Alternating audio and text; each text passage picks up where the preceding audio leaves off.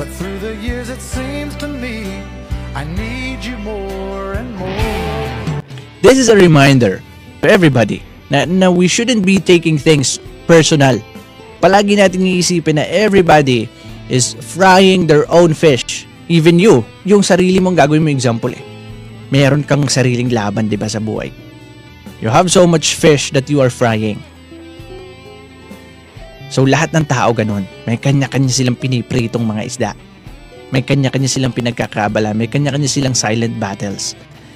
And if we don't take things personal, ang pagbabasihan natin is okay. Maybe that person is having a hard time. Maybe my friend is having a hard time at this very moment. Maybe that person is having a bad day. Hindi niya naman talaga intention na hindi ako pansinin. It just happened that that person don't have enough energy dun sa pagkakataon na yun para ibalik niya o mag-respond siya. Bigla tayong napapaisip ng ganun.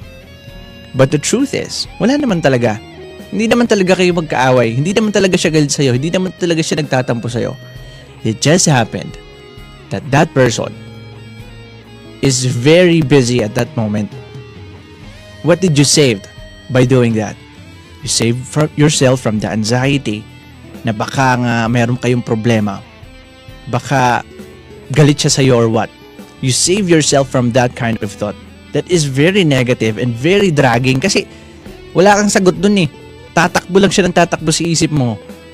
And most of the time, hindi naman talaga totoo. It does not really exist. It's not happening. It's just in your mind.